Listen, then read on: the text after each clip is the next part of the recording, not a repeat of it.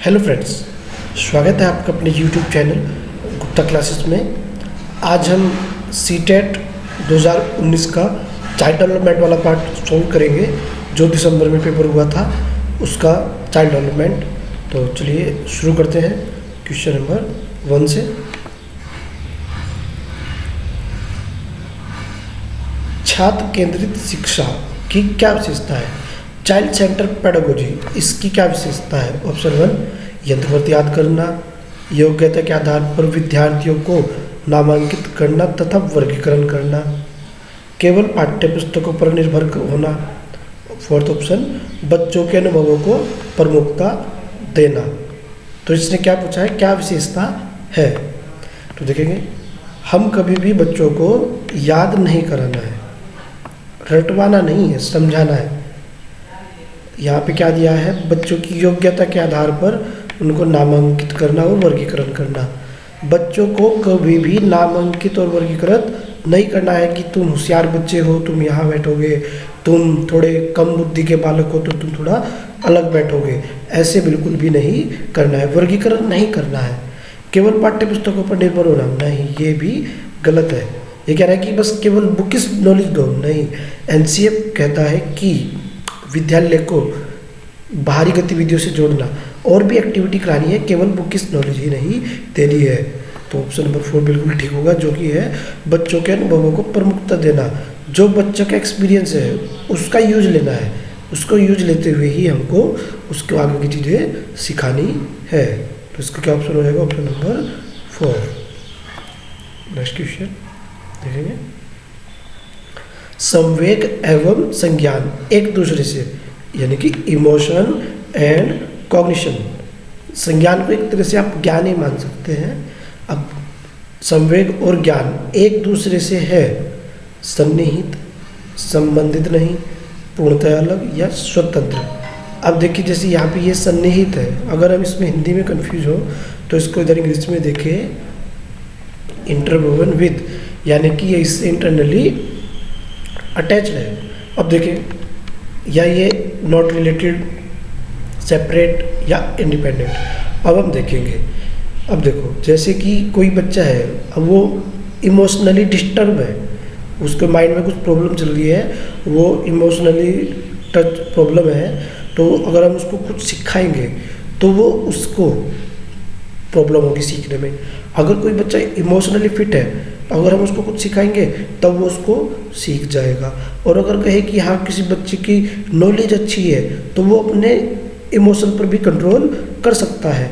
तो ये दोनों एक दूसरे से ऐसे एक दूसरे से जुड़े हुए हैं, द्विध्रुवीय है, 2 डायमेंशनल। इससे ये रिलेटेड है, संवेग से संज्ञान रिलेटेड है, संज्ञान से संवेग रिलेटेड है। तो इसका क्या हो जाएगा, ये दोनों सन्निहित है, यानी कि इंटरनली अटैच्ड है। नेक्स्ट क्वेश्चन देखेंगे, क्वेश्चन नंबर 3। संरचनावादी ढांचे कंस्ट्रक्टिविस्ट फ्रेमवर्क अधिगम प्राथमिक रूप में, मतलब जो है संरचनावादी जो है ढांचा है, उसमें जब हम सिखाते हैं तो प्राइमरी लेवल पर वो कैसे होता है? अनुबंधन द्वारा अर्जित है, अवबोधन की प्रक्रिया पर केंद्रित है, यंत्रवत याद करने पर आधारित है, या प्रबलन पर केंद्रित है। देखिए, ये संरचनावादी ढांचे, इसमें बच्चा जो है फ्रीली एक्टिव रूप से सीखता है, मुक्त अवस्था में सीखता है। और कैसे सीखता है? सक्रिय रूप से, और नॉलेज को वो कंस्ट्रक्ट खुद करता है बच्चा। तो यहाँ पे देखेंगे, याद करने पर आधारित है, नहीं, याद करना तो कभी नहीं कराना है। प्रबलन पर केंद्रित है कि एक ही चीज़ पर फोकस है, नहीं। अनुबंधन द्वारा कंडीशन से लर्निंग हो रही है, नहीं, क्योंकि बच्चा तो फ्री है तभी सीखेगा। अवबोधन की प्रक्रिया पर केंद्रित है, ये कीवर्ड है हमारा अवबोधन, मीनिंग मेकिंग, ये हमारा कीवर्ड है। हिंदी में भी आपको ये बहुत बार मिलेगा। हमें जो भी चीज़ सिखानी है, मीनिंगफुल लर्निंग करानी है, अवबोधन ग्रहण कराना है, अर्थपूर्वक सिखाना है, रटाना नहीं है।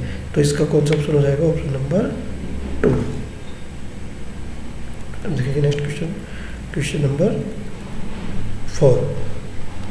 अनेक घटनाओं के बारे में बच्चों के द्वारा बनाए गए सहजानुभूत सिद्धांत, यानी कि बच्चे ने कोई अपनी थ्योरी बनाई है, उसके संदर्भ में एक शिक्षिका को क्या करना चाहिए, बच्चे ने थ्योरी बनाई है उसके एक टीचर को क्या करना चाहिए देखेंगे।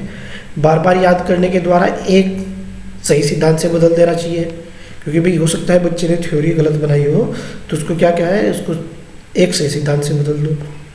प्रतिकूल प्रमाण एवं उदाहरणों को प्रस्तुत करके बच्चों के सिद्धांतों को चुनौती देनी चाहिए, देखेंगे भी। बच्चों के सिद्धांतों को अनदेखा करना चाहिए, बच्चों को दंडित करना चाहिए। अब हम कभी भी बच्चे को दंडित नहीं करेंगे, बच्चे को कभी भी अनदेखा नहीं करेंगे, बार बार याद करके भी उसकी थ्योरी को नहीं चेंज करेंगे। ये देखेंगे, अगर हम देखें एविडेंस एंड एग्जाम्पल, प्रतिकूल प्रमाण और उदाहरण से उसके सिद्धांत को हम चैलेंज करेंगे, चुनौती देंगे। क्यों? ताकि बच्चा भी ये इसमें कोशिश में लग जाए कि मेरी थ्योरी सही है, मैं इसको प्रूफ करके दिखाऊं, वो उसमें और ज़्यादा इन्वॉल्व हो जाएगा। तो इसका क्या ऑप्शन होगा? Option number 2। Next question, question number 5। बच्चों को अधिगम गतिविधियों में भागीदारी करने के लिए लगातार पुरस्कार देना व दंड का प्रयोग करने से क्या प्रभाव पड़ता है। यानी कि एक्टिविटी हो रही है और उसमें बच्चे को आप लगातार पुरस्कार दे रहे हैं और लगातार दंड दे रहे हैं, तो इससे बच्चे पर क्या प्रभाव पड़ेगा। यह बच्चों को प्रदर्शन आधारित लक्ष्यों के बजाय निपुणता पर ध्यान देने के लिए प्रोत्साहित करेगा। यानी कि ये बच्चों को प्रोत्साहित कहाँ पे करेगा, जो उसका लक्ष्य है निर्धारित, उसके बजाय उस पर ज़्यादा फोकस न करके उसकी निपुणता, उसकी एबिलिटी पे ज़्यादा फोकस करेगा। अधिगम में बच्चों की स्वाभाविक रुचि तथा जिज्ञासा कम होती है, बाहरी अभिप्रेरणा कम होती है, आंतरिक अभिप्रेरणा बढ़ती है।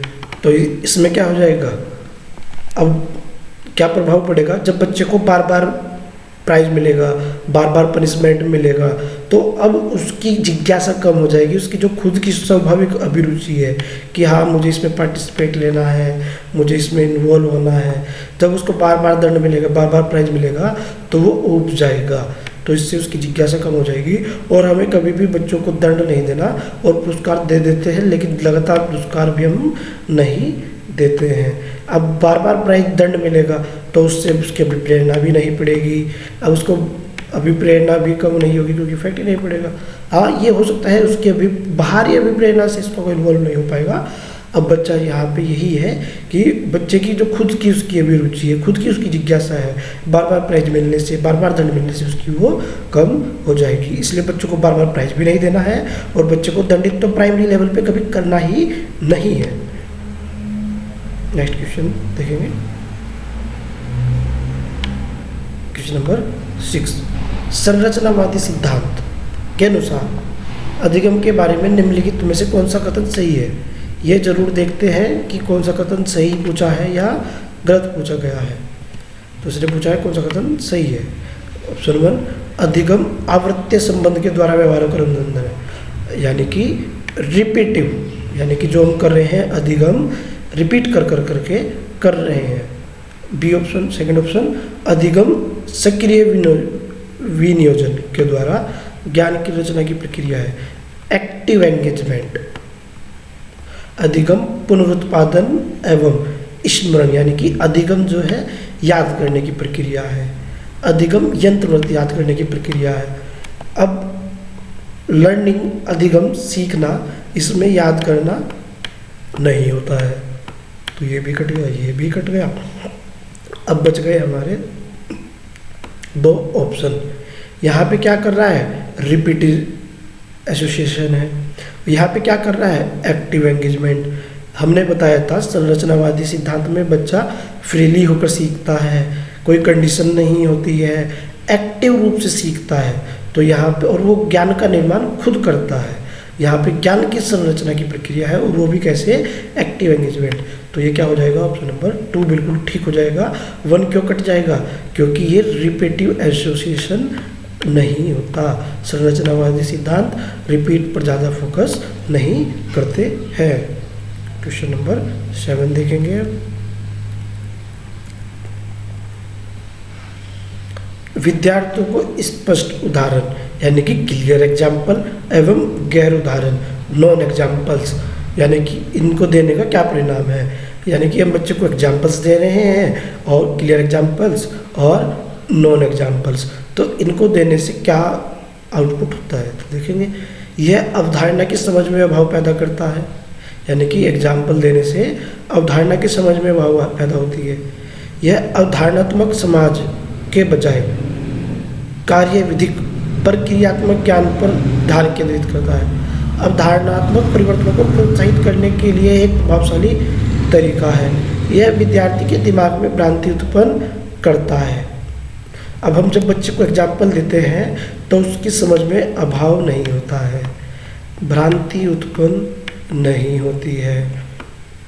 अब बच गए हमारे ऑप्शन 2।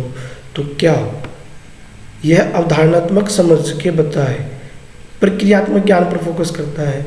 नहीं, एग्जाम्पल देना एक प्रभावशाली तरीका है, परिवर्तनों को प्रोत्साहित करता है, कंसेप्चुअल चेंज को उनको प्रभावित करता है, प्रोत्साहित करता है। यहाँ पे क्या कह रहा है, समझ, जो बच्चा समझ रहा है कंसेप्ट, उस पर ज़्यादा फोकस नहीं करता, ऐसा कुछ नहीं है। यहाँ पे बच्चों को एग्जाम्पल देने से बच्चों की उसकी जो कंसेप्चुअल नॉलेज है उसको प्रोत्साहित होती है, इसको कंसेप्ट क्लियर हो जाएगा और ये पढ़ाने के लिए एक प्रभावशाली तरीका है। तो कौन सा ऑप्शन हो जाएगा? और उसका ऑप्शन हो जाएगा ऑप्शन नंबर 3। नेक्स्ट क्वेश्चन देखेंगे।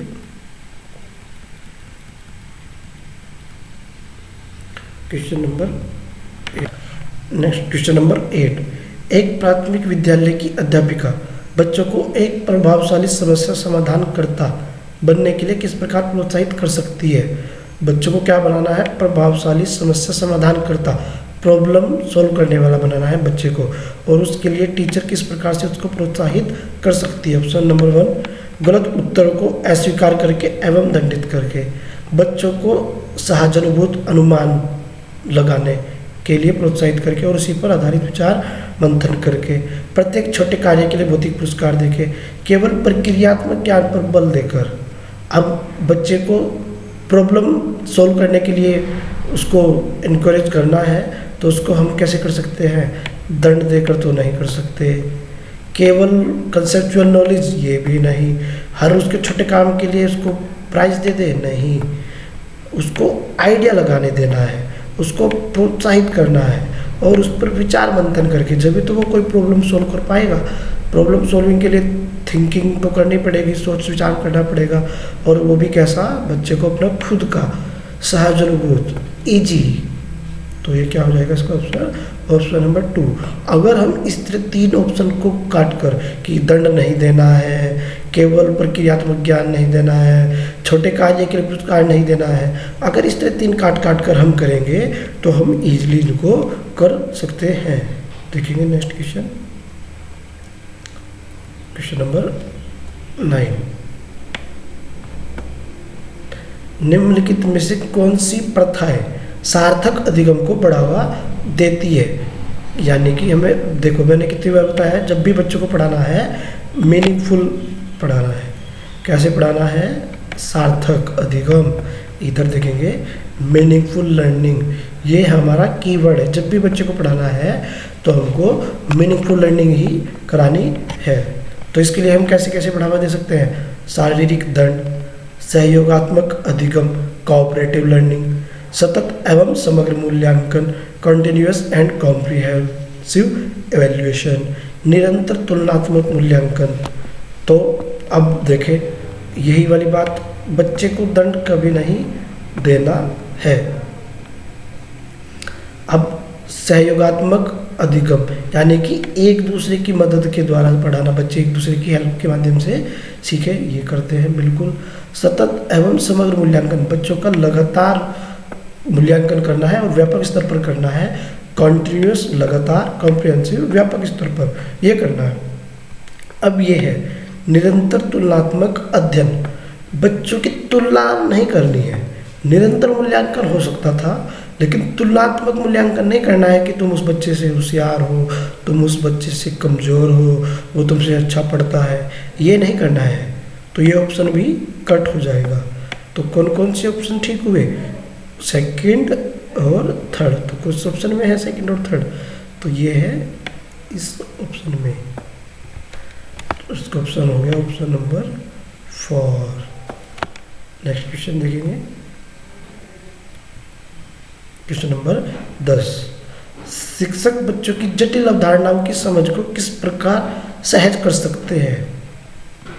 जो उसकी बच्चों की कॉम्प्लेक्स कंसेप्ट है उसको किस प्रकार से सहज कर सकते हैं, कैसे उसको समझा सकते हैं? बार बार यांत्रिक अभ्यास के द्वारा, अन्वेषण एवं परिचर्चा के अवसर उपलब्ध करके, व्याख्यान देकर, प्रतियोगात्मक अवसरों की व्यवस्था करके। तो इसको बच्चे को क्या करना है, उसकी कॉम्प्लेक्स कंसेप्ट को हमको समझाना है। तो बच्चों को हम कैसे सिखा सकते हैं? बार बार अभ्यास के द्वारा नहीं, बार बार अभ्यास नहीं कराना है, व्याख्यान ये नहीं करानी है। अब हमारे बच गए ऑप्शन 2 और 4। यहाँ पे कॉम्पिटिटिव इवेंट्स, प्राइमरी लेवल पे कंपटीशन का तो कोई मतलब ही नहीं है, तो ये भी कट जाएगा। और ये सबसे बेस्ट है, अन्वेषण, खोज, एक्सप्लोर, अपॉर्चुनिटी, डिस्कशन, अवसर, ये वर्ड आपको पॉजिटिव है हमारा, इसको हमें बचा के चलना है। अवसर उपलब्ध करने हैं बच्चे को, काहे के अवसर दिए गए हैं इसमें अगर हम देखें, ये पूरा प्रॉपर वर्ड है पॉजिटिव वाला। क्या? अन्वेषण, खोज करानी है, परिचर्चा करानी है, और इनके लिए भी हमें क्या देने हैं? अवसर देने हैं। जिस भी ऑप्शन में हमें अवसर मिले वो ऑप्शन हमारा बचा के चलना है। 90% ऑप्शन वही होता है, तो इसका ऑप्शन हो जाएगा ऑप्शन नंबर 2। नेक्स्ट क्वेश्चन देखेंगे, वैयक्तिक विभिन्नताओं, इंडिविजुअल वेरिएशंस, इनका प्राथमिक कारण क्या है? अब पर्यावरण प्रभाव, आनुवंशिकता एवं पर्यावरण के बीच जटिल पारस्परिक क्रिया, लोगों के द्वारा माता पिता से प्राप्त आनुवंशिक संकेत पद्धति, जेनेटिक्स कोर्स, जन्मजात विशेषताएं। अब 2 जुड़वा बच्चे भी होते हैं तो उन दोनों में भी डिफरेंस होता है। अब कोई गोरा हो सकता है, कोई काला हो सकता है, कोई पढ़ने में अच्छा हो सकता है, तो कोई खेलने में अच्छा हो सकता है। तो ये होता है हमारा वैयक्तिक विभिन्नताओं का सिद्धांत। और इसका प्रमुख कारण क्या है? केवल पर्यावरण नहीं है और केवल माता पिता नहीं है, दोनों है, आनुवंशिकता व पर्यावरण। क्योंकि अगर एक ही माँ बाप के 2 बच्चे हैं, उनको हम एक को अच्छी सोसाइटी में दे दें और एक को बेकार सोसाइटी में गंदे लोगों में डाल दें, तो उसका जीन्स तो दोनों के सेम है, आनुवंशिकता तो दोनों की सेम है, लेकिन पर्यावरण दोनों का अलग हो गया, तो तब क्या हो जाएगा? तब भी दोनों बच्चों में वैयक्तिक विभिन्नता पाई जाएगी। अब अगर हम देखें कि पर्यावरण प्रभाव, दोनों ही बच्चों को अच्छा प्रभाव मिला है, दोनों ही बच्चों को हमने एक अच्छे एनवायरनमेंट में डाला है, तो फिर भी उनमें चेंज रह जाएगा।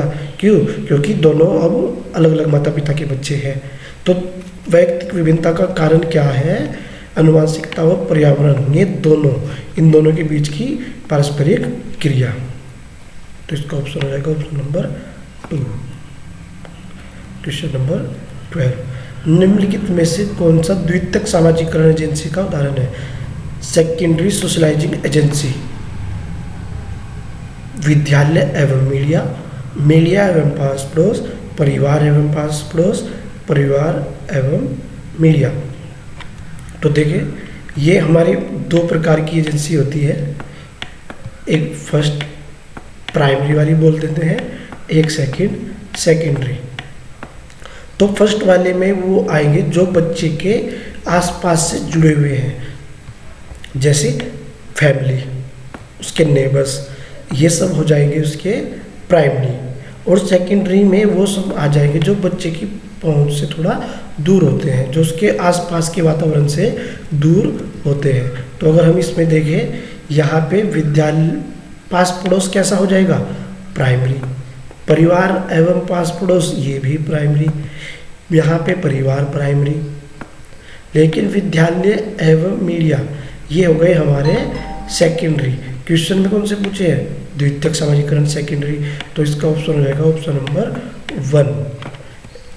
ये देखिए एक बार, अगर इसको, जो बच्चे के समुदाय के जो पास में ही है, जो बच्चे को ईजिली अवेलेबल है, जैसे उसका पास पड़ोस, उसके परिवार, उसके माता पिता, उसके भाई बहन, उसके दोस्त, ये सब प्राथमिक सामाजिकरण है, प्राइमरी एजेंसी है। और बाकी जो उसकी पहुंच से थोड़ा दूर है, जो बच्चे को बाद में जाके मिलेंगे, ये हो जाएंगे सेकेंडरी एजेंसी, जैसे विद्यालय, मीडिया, सरकार, ये सब उसकी कॉलेज, ये सब उसके सेकेंडरी एजेंसी के एग्जाम्पल है। तो इसका ऑप्शन हो जाएगा ऑप्शन नंबर 1।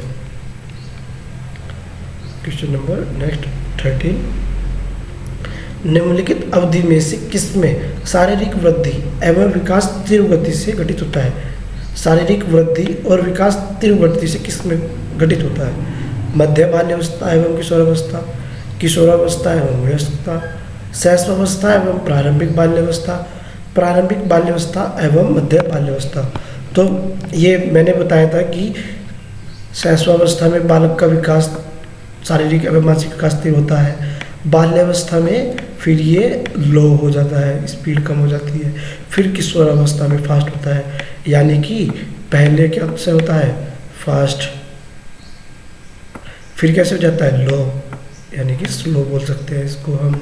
फिर कैसे हो जाता है फास्ट, यानी कि शैशवावस्था में कैसा होता है फास्ट, बाल्यावस्था में कैसा होता है स्लो, फिर किशोरावस्था में कैसे हो जाता है फास्ट। तो हमारा ऑप्शन शैशवावस्था और किशोरावस्था दोनों होना चाहिए।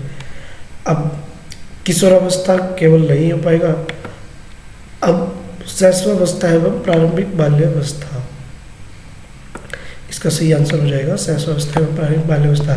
क्यों? क्योंकि मध्य बाल्यावस्था कट जाएगा, यहाँ पे मध्य बाल्यावस्था किशोरावस्था कट जाएगा, इसमें वयस्कता कट जाएगा। प्रारंभिक बाल्यावस्था आपकी होती है 3 से 6 वर्ष तक तो होती है, और यही हमारी शैशवावस्था का टाइम पीरियड भी होता है। तो इसलिए शैशवावस्था और किशोरावस्था में ज़्यादा तेज गति से होता है। इसका ऑप्शन हो जाएगा ऑप्शन नंबर 3, क्योंकि शैशवावस्था और किशोरावस्था में होता है, और प्रारंभिक बाल्यावस्था शैशवावस्था का ये एक पार्ट है। क्वेश्चन नंबर 14, निम्नलिखित में से कौन सा विकास का सिद्धांत नहीं है? विकास आनुवंशिकता एवं पर्यावरण दोनों के द्वारा प्रभावित होता है। विकास सार्वभौमिक तथा सांस्कृतिक इससे प्रभावित नहीं करती है। विकास जीवन पर्यंत होता है। विकास परिवर्त्य होता है। अब देखिए, अगर हम कंफ्यूज हो जाए परिवर्त्य में, तो इसके उधर हम देखेंगे मॉडिफाइबल, यानी कि जो मॉडिफाइड हो सकता है। तो कौन सा सिद्धांत नहीं है? विकास चेंज होता रहता है, बिल्कुल। विकास जीवन पर्यंत चलता रहता है, बिल्कुल।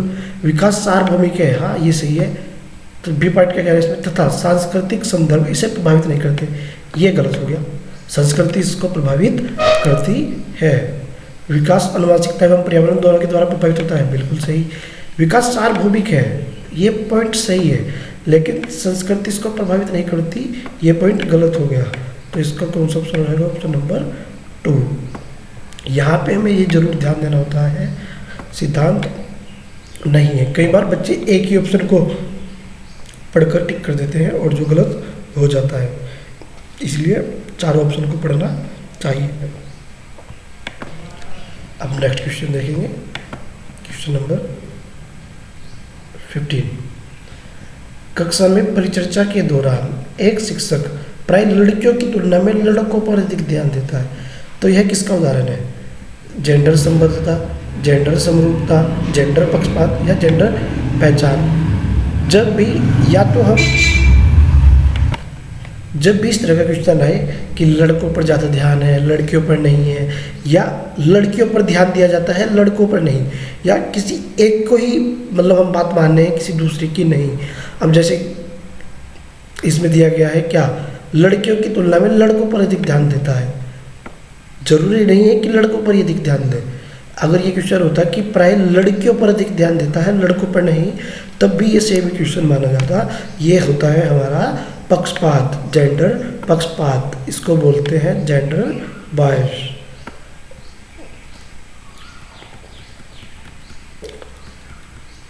अब नेक्स्ट क्वेश्चन, बच्चों में जेंडर रूढ़िवादिता एवं जेंडर भूमिका अनुरूपता को कम करने के लिए निम्नलिखित में से कौन सी पद्धति प्रभावशाली है?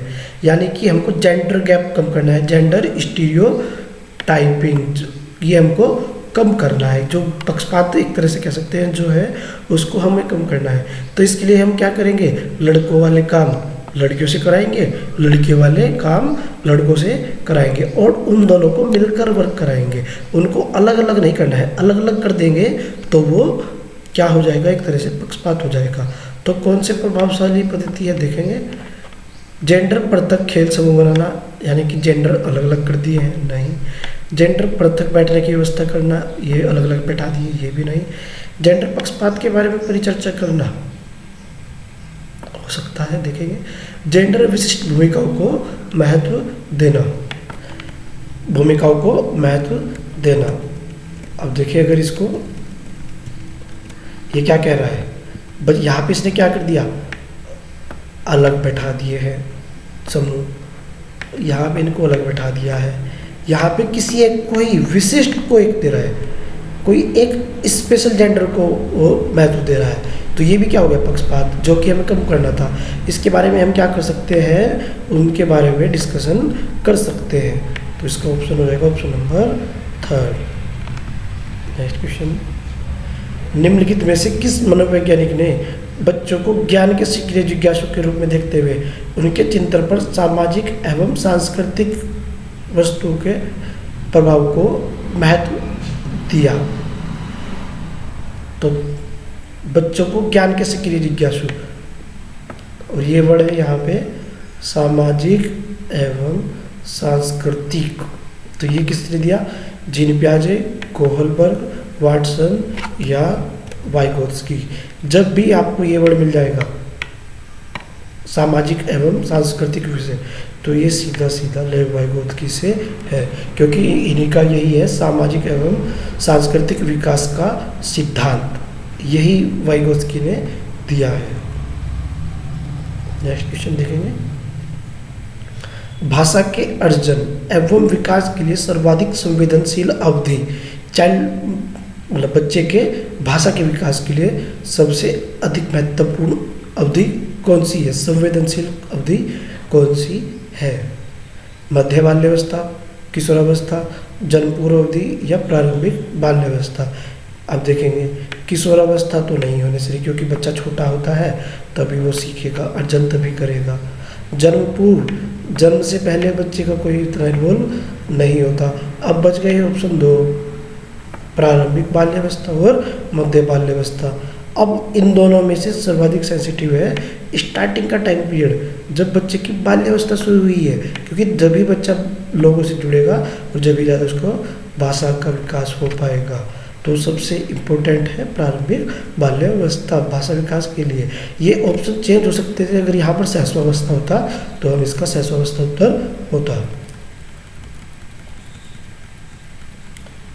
क्वेश्चन नंबर 19, निम्नलिखित में से कौन सी लॉरेंस कोहलबर्ग के द्वारा प्रस्तावित नैतिक विकास की एक अवस्था है? लॉरेंस कोहलबर्ग का नैतिक विकास का सिद्धांत, इसकी एक अवस्था है मूर्त संक्रियात्मक अवस्था, उद्योग बनाम अधीनता अवस्था, प्रसुप्ति अवस्था, सामाजिक अनुबंध अभिविन्यास। तो देखेंगे मूर्त संक्रियात्मक जीन पियाजे की 3rd स्टेज है, जीन पियाजे ने दी थी। उद्योग बनाम अधीनता ये एरिक एरिक्सन ने दी थी, तो ये भी इसका नहीं है, ये भी इसका नहीं है। प्रसुप्ति अवस्था सिगमंड फ्राइड ने दी थी, ये भी नहीं होगी, तो इसका ऑप्शन होगा ये। जीन पियाजे ने नैतिक विकास की 3 अवस्थाएं बताए हैं, पूर्व परंपरागत नैतिक अवस्था, परंपरागत नैतिक अवस्था, उत्तर परंपरागत नैतिक अवस्था, जिसमें इसने सामाजिक अनुबंध विन्यास का भी वर्णन किया है। तो इसका ऑप्शन हो जाएगा ऑप्शन नंबर 3। नेक्स्ट क्वेश्चन देखेंगे, क्वेश्चन नंबर 20, निम्नलिखित व्यवहारों में से कौन सा जीन पियाजे के द्वारा प्रस्तावित मूर्त संक्रियात्मक अवस्था? अभी मैंने बताया था जीन पियाजे की अवस्था है, ये 3rd स्टेज है मूर्त संक्रियात्मक अवस्था। तो मूर्त संक्रियात्मक अवस्था को विशेषित करता है, इसकी कौन कौन सी क्वालिटी है? अस्थगित अनुकरण, पदार्थ स्थायित्व, प्रतीकात्मक खेल, विचारों की अनुत्क्रमणीयता, परिकल्पित निगमनात्मक तर्क, साध्यात्मक विचार, संरक्षण कक्षा समावेशन। तो इसको देखेंगे तो ऑप्शन वस्तु स्थायित्व, ऑब्जेक्ट परमानेंस होता है हमारा पहले स्टेज में। प्रतीकात्मक खेल, विचारों की अनुत्क्रमणीयता, ये हो जाती है हमारी सेकंड में। परिकल्पित निगमनात्मक तर्क, ये हो जाते हैं हमारे फोर्थ में। संरक्षण और कक्षा समावेशन, ये हो जाता है हमारा 3 में। संरक्षण क्या होता है कि अगर जैसे ये देखा, ये मैंने खींचा कि ये इतना लंबा है, कोई लंबा खींच दी, अब मैंने इसको यहाँ से खींच दिया तो ये आगे बढ़ गई। अब बच्चा ये बता देगा कि अगर ये 4 सेंटीमीटर थी तो ये भी 4 ही सेंटीमीटर है। बच्चे को लंबाई का संरक्षण हो गया है।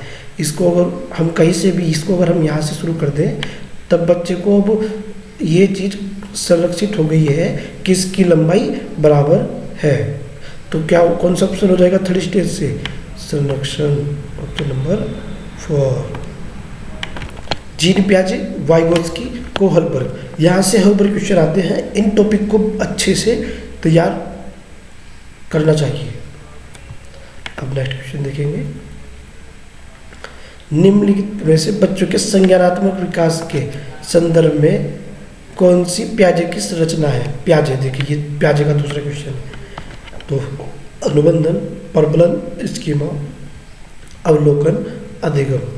अगर जीन पियाजे का सिद्धांत पढ़ा है तो उसमें हमने बताया था स्कीमा। स्कीमा जीन पियाजे के सिद्धांत से जुड़ा हुआ होता है। स्कीमा क्या है? ये मतलब, अब ये देखिए, ये इधर हमारा माइंड है। अब माइंड में हमारे ऐसे ऐसे छोटे छोटे पॉइंट्स ऐसे जुड़े रहते हैं नॉलेज के। तो ये जो नॉलेज के बंडल हैं तो इनको ही हम क्या कह देते हैं? स्कीमा। स्कीमा एक तरह से क्या है? हमारा ज्ञान का भंडार। अब देखिए, जैसे जीन पियाजे ने अपनी स्टेज बताई, 1 2 3 4 4 स्टेज बताई। जब बच्चा फर्स्ट स्टेज से सेकंड स्टेज में जाएगा, सेकंड से थर्ड में स्टेज में जाएगा, तो उसके स्कीमा में चेंज होता रहता है। क्यों? क्योंकि अब उसकी नॉलेज में भी ऐड होते रहते हैं। तो स्कीमा किसका पार्ट है? जीन पियाजे के संज्ञानात्मक विकास का ये एक पार्ट है। अनुबंधन पावलाव का है, प्रबलन स्किनर का है, अवलोकन अधिगम ये किसी ने स्पेशल नहीं दिया है। Next question, question number 22। जिक्सा पहेली करते समय 5 वर्ष की नजमा स्वयं से कहती है। नजमा किससे कहती है? अपने आप से बात करती है। नीला टुकड़ा कहाँ है? नहीं, यह वाला नहीं, गाढ़े रंग वाला, जिससे यह जूता पूरा बन जाए। तो नजमा क्या कहती है? स्वयं से कहती है, खुद से बात कर रही है। तो वो इस प्रकार की वार्ता को वाइगोत्स्की किस तरह से संबोधित करते हैं? वाइगोत्स्की इसको किस तरह कहते हैं? तो पाड़, आप इसको अगर इस तरह का क्वेश्चन आए तो आप इसको इंग्लिश में ही देख लेना। इसके folding, egocentric speech, private speech या टॉक अलाउड। तो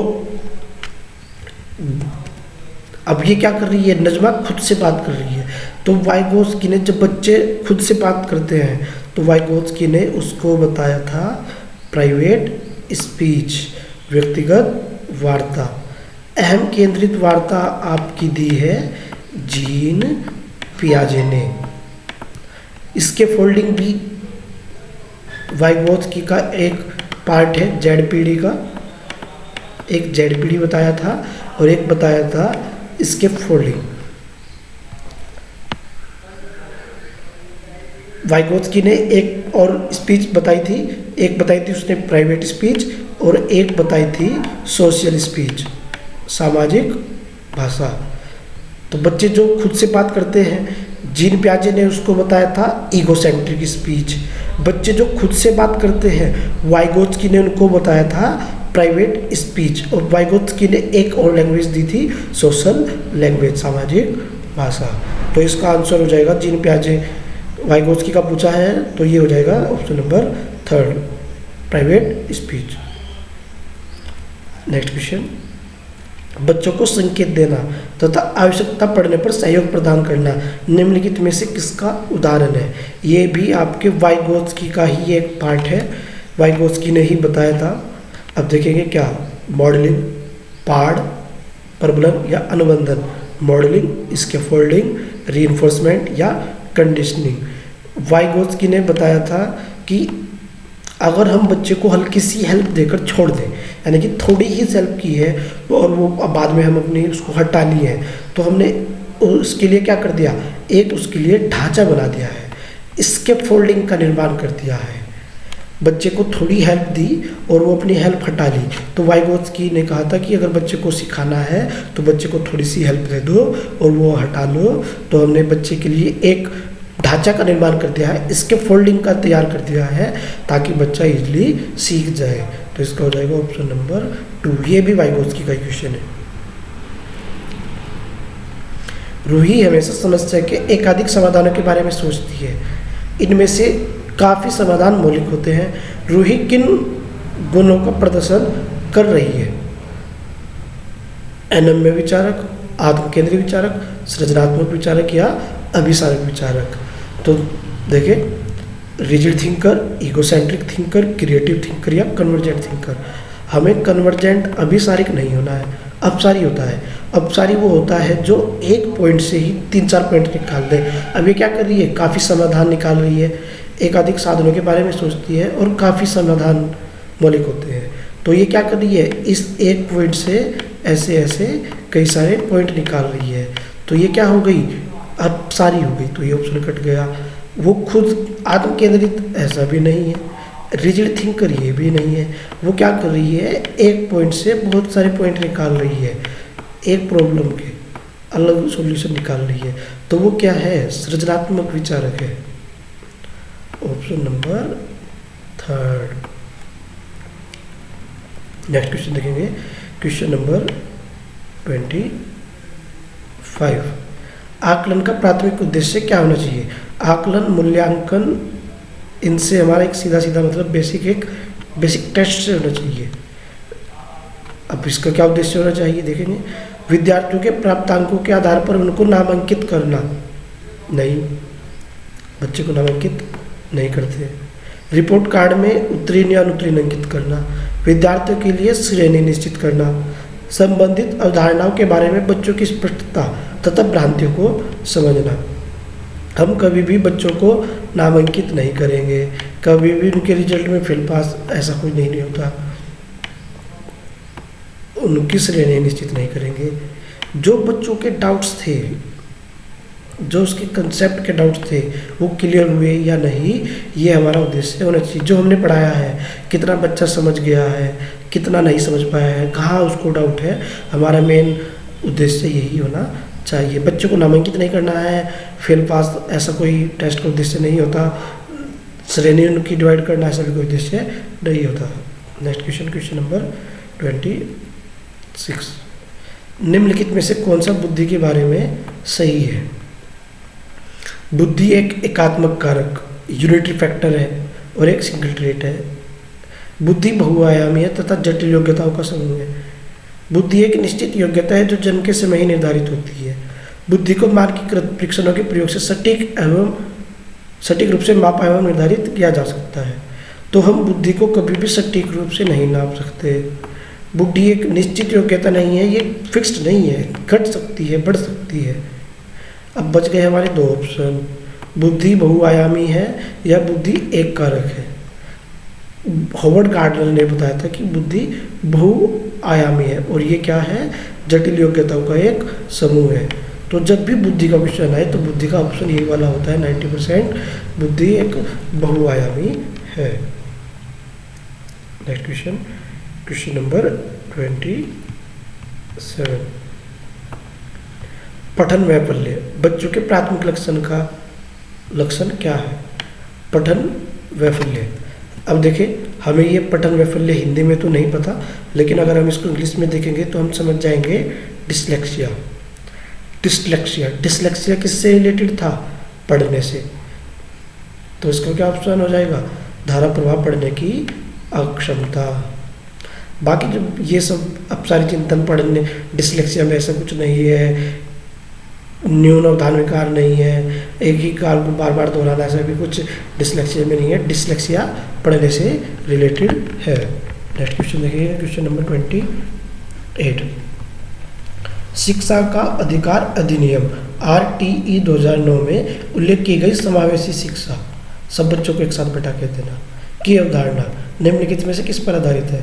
अधिकार आधारित मानवतावादी परिप्रेक्ष्य, मुख्यतः व्यवसायिक शिक्षा उपलब्ध करा के बच्चों को अशक्त बच्चों को मुख्य धारा से शामिल करना। व्यवहारवादी सिद्धांत, अशक्त बच्चों के प्रति सहानुभूति।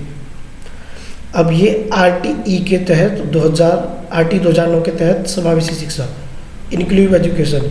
इंक्लूसिव एजुकेशन में होता क्या है, इसमें तुम्हारे जो नॉर्मल बच्चे हैं उनको और जो तुम्हारे स्पेशल बच्चे हैं, विशिष्ट बच्चे हैं, उन दोनों को एक साथ एक ही क्लासरूम में बैठ के शिक्षा दी जाती है। तो यहाँ पे सहानुभूति, इनको कोई सहानुभूति नहीं देते हैं, कोई ये व्यवहारवादी नहीं है। अब बच गए हमारे 2 ऑप्शन। तो ये अधिकार अधिनियम, यहाँ पर बच्चे का अधिकार है कि उसको समावेशी शिक्षा मिलनी चाहिए, कि उसको भी और बच्चों के साथ शिक्षा मिलनी चाहिए। ये कुछ नहीं है कि उनको व्यावसायिक शिक्षा करानी है और बच्चों के साथ जोड़ देना है, ऐसा कुछ नहीं है। बच्चों का अधिकार है। तो अधिकार आधारित मानवतावादी परिप्रेक्ष्य है समावेशी शिक्षा, बच्चे का राइट है। नेक्स्ट क्वेश्चन देखेंगे, क्वेश्चन नंबर 29। शिक्षण अधिगम प्रक्रिया में वंचित समूह से संबंधित विद्यार्थियों के द्वारा सहभागिता कम होने की स्थिति में एक शिक्षक को कम करना चाहिए। यानी कि बच्चा जो है ग्रुप में कम इन्वॉल्व हो रहा है, तो उसके लिए टीचर को क्या करना चाहिए, इन विद्यार्थियों से अपनी अपेक्षाओं को कम करना चाहिए, अपने शिक्षण पद्धति पर विचार करना चाहिए तथा बच्चों की सहभागिता में सुधार करने के लिए नए तरीके ढूंढने चाहिए, विद्यालय छोड़ने के लिए कहना, ऐसी स्थिति को जैसी है स्वीकार कर लेना, ऐसी स्थिति को स्वीकार नहीं करना है, बच्चों को विद्यालय छोड़ने के लिए नहीं करना है। अब बच गए, हमें क्या करना है, सहभागिता को इम्प्रूवमेंट करना है। तो हम बच्चों से एक्सपेक्टेशन नहीं छोड़ेंगे, ये कम नहीं करनी है, हमें इनको इन्वॉल्व करना है, हमें अपनी शिक्षण पद्धति पर विचार करना होगा, उनकी सहभागिता में सुधार करने के लिए नए नए तरीके ढूंढने होंगे। बच्चे में कभी भी कोई फॉल्ट नहीं निकालना है। आज का ये क्वेश्चन नंबर 30 जो कि लास्ट क्वेश्चन है। एक समावेशी कक्षा में एक शिक्षक को विशिष्ट शैक्षिक योजनाओं को सक्रिय रूप से तैयार करना चाहिए, तैयार करने के लिए हतोत्साहित होना चाहिए, तैयार नहीं करना चाहिए, कभी तैयार नहीं करना चाहिए। तो विशिष्ट शैक्षिक योजनाओं को क्या तैयार नहीं करना चाहिए, ऐसा भी नहीं है, कभी कभी तैयार करना चाहिए, ऐसा भी नहीं है, तैयार होने के लिए हतोत्साहित डिस्करेज, ऐसा भी नहीं है, सक्रिय रूप से तैयार रहना चाहिए।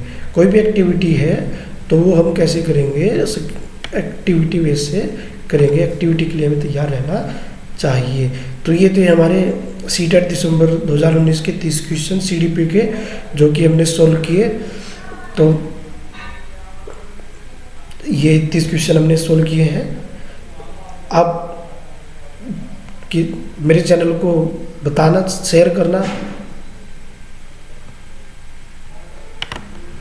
चैनल को लाइक करें, सब्सक्राइब करें, शेयर करें और कमेंट कर ज़रूर बताएं कि वीडियो कैसी लगी।